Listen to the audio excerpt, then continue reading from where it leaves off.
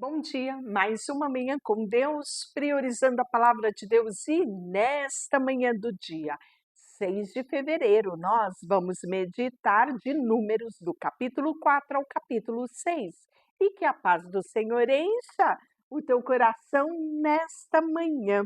Vamos falar dos deveres dos clãs coatitas, né? Então estamos falando dos levitas que eram divididos em clãs. Então o Senhor disse a Moisés e a Arão: realizem um censo dos membros dos clãs e das famílias da divisão dos coatitas da tribo de Levi. Façam uma lista de todos os homens de 30 a 50 anos, qualificados para servir na tenda do encontro. Então eu acho interessante a distinção aqui da data, da idade. Falamos logo ontem, né, no início de Números, que era a contagem em relação ao exército, todos os homens que estariam preparados, né, que estavam ali para ser enumerados como homens destinados à guerra, homens que estavam prontos, que poderiam servir no exército. E foram contados homens acima de 20 anos.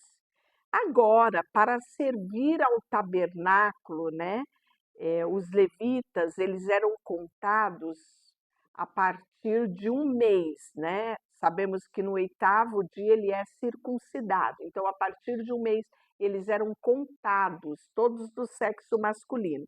Mas o texto fala aqui que todos os homens qualificados para servir seria na idade entre 30 e 50 anos. Interessante isso, não é? Pois bem, os deveres dos coatitas na tenda do encontro serão relacionados aos objetos mais sagrados.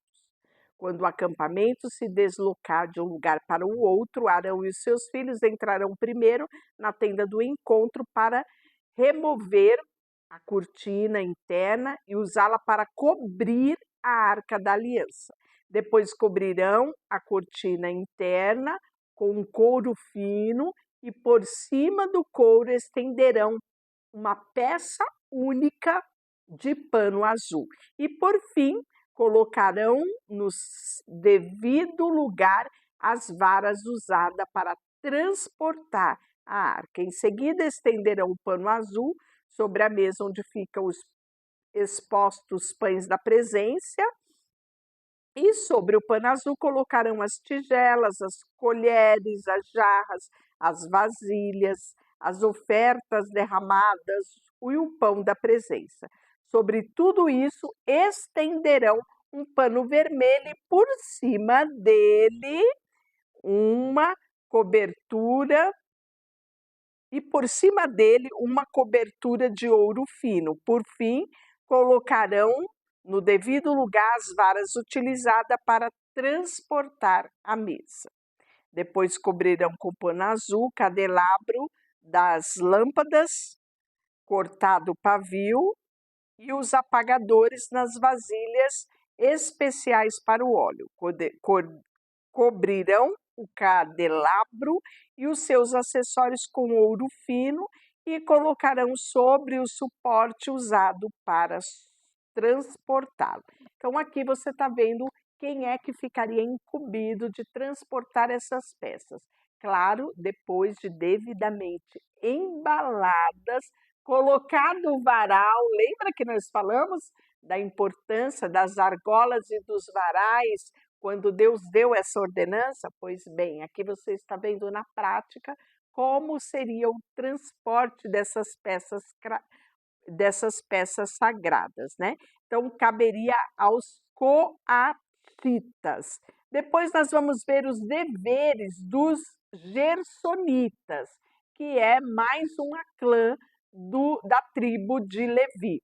Então, o Senhor disse a Moisés que realize um censo dos membros das clãs e das famílias da divisão dos gersonitas da tribo de Levi. Da mesma forma, esses homens deveriam ser listados de 30 a 50 anos, que seriam qualificados para servir ali na tenda do encontro. Os clãs dos gersonitas serão responsáveis pelo serviço geral e pelo transporte das cargas.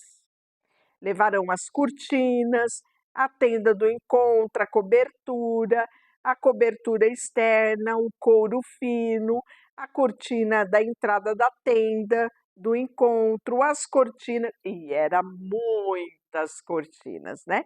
Então eles ficariam com esse transporte. Já os clãs dos Meraritas, foi também registrado os seus nomes na divisão desta tribo, né? Uma parte da tribo de Levi.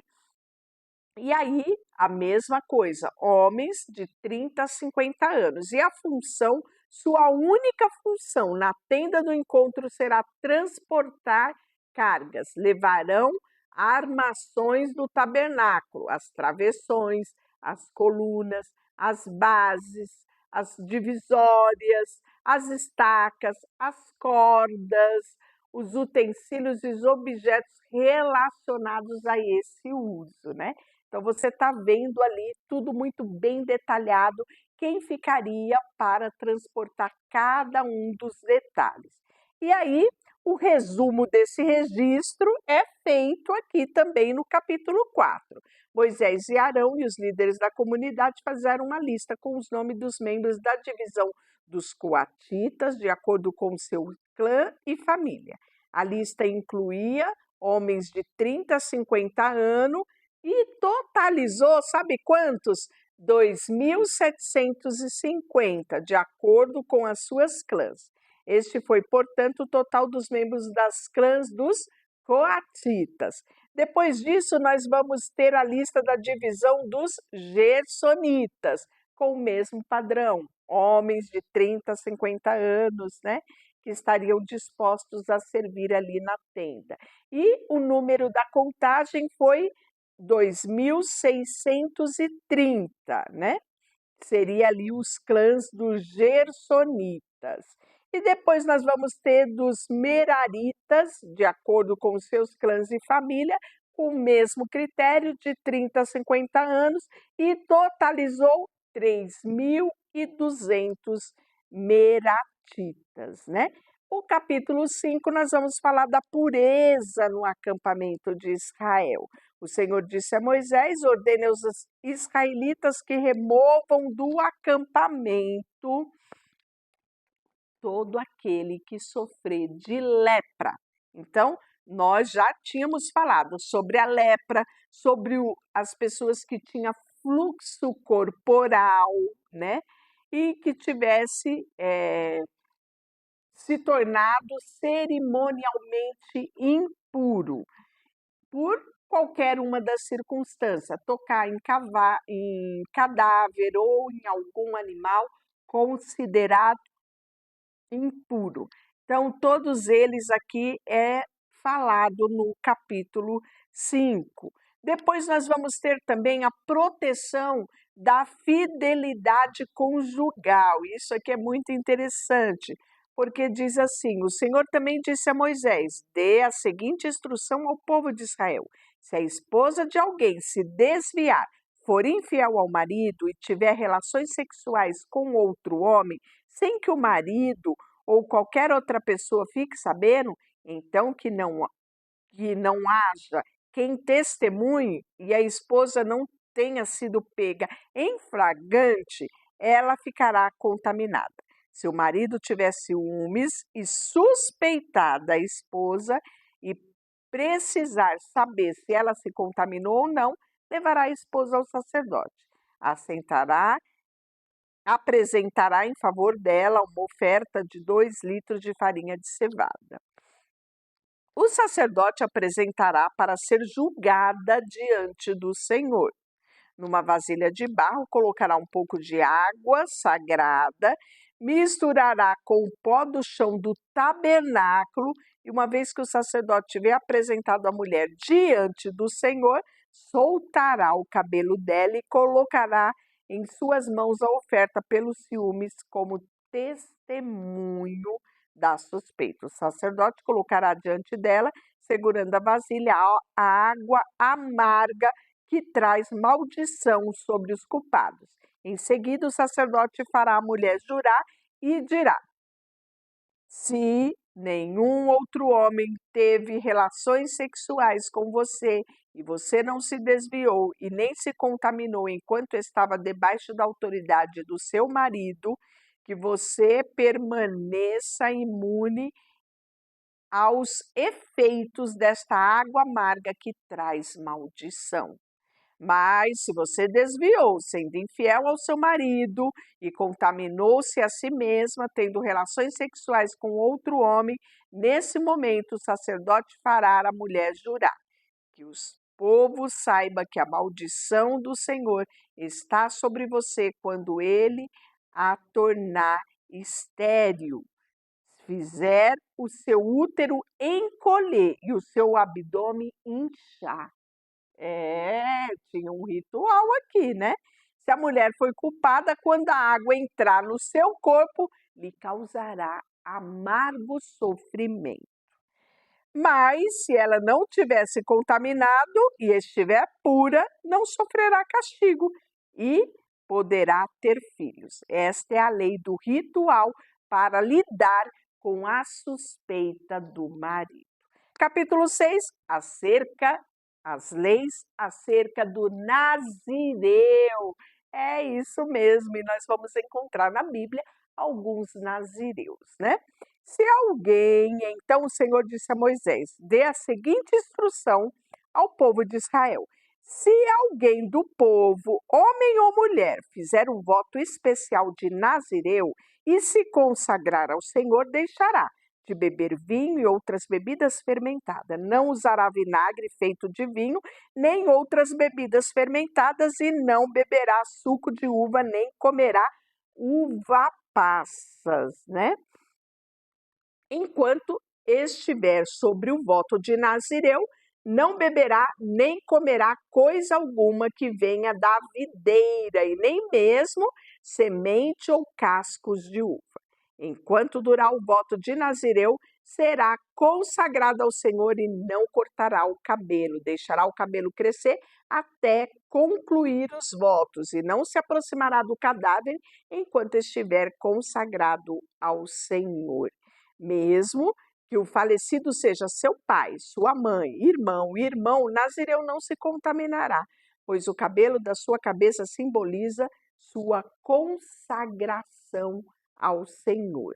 Então, esse aqui, por exemplo, o caso mais comum e mais conhecido que nós temos de nazireu, né? Talvez seja o caso de Sansão, que não poderia cortar os seus cabelos, né?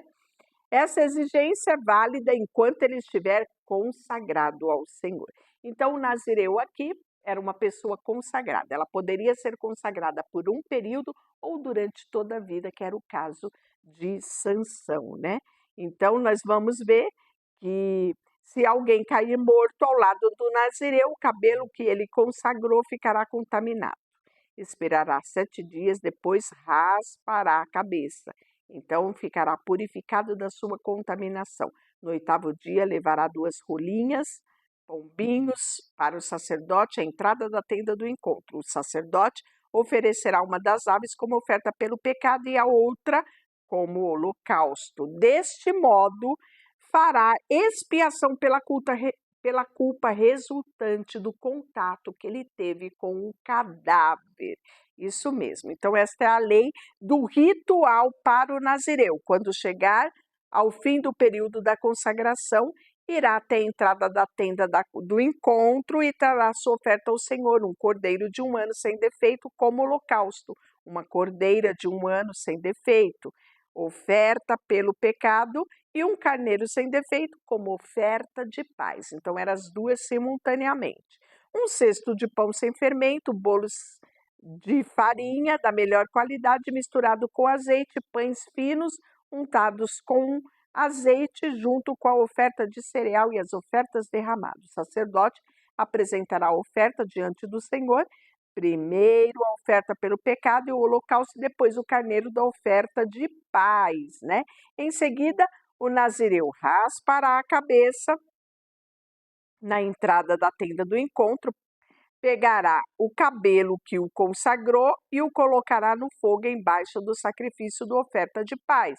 Depois que o nazireu tiver raspado a cabeça, o sacerdote pegará um ombro cozido de carneiro e de dentro do cesto pegará o boi, o bolo e um pão fino sem fermento e colocará tudo sobre as mãos do nazireu.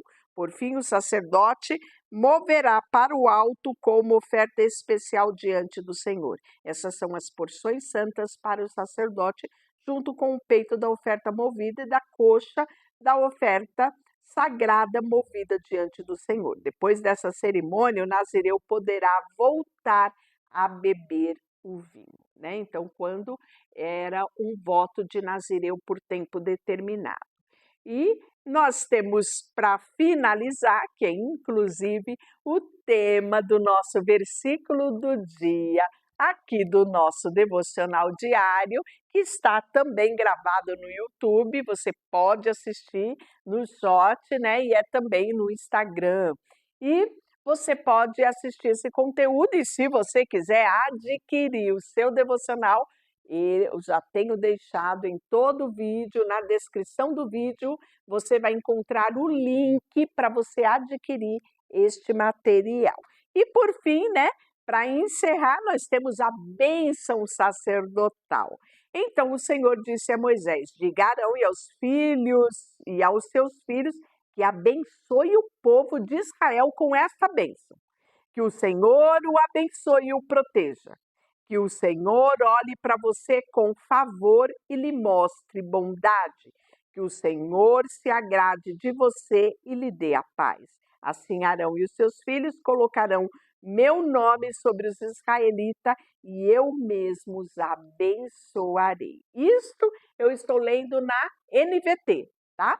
Que é a nova versão transformadora. Agora eu vou ler este mesmo texto, que é as bênçãos sacerdotais, na Almeida, século 21, que é a Bíblia que eu mais tenho usado aqui agora no devocional, né? Essa riqueza aqui que eu estou gostando muito, que é uma Bíblia, né? Que eu já queria comprar há um certo tempo, que é da Thomas Jefferson. E nela, a bênção sacerdotal é assim: que o Senhor te abençoe e te guarde, o Senhor faça resplandecer o seu rosto sobre ti e tenha misericórdia de ti. O Senhor levante sobre ti o seu rosto e te dê paz. Deixa eu orar por você. Senhor, nesta manhã, colocamos diante de ti o nosso coração, a nossa vida, tudo que temos e tudo que somos. Em nome de Jesus, amém. Deus te abençoe.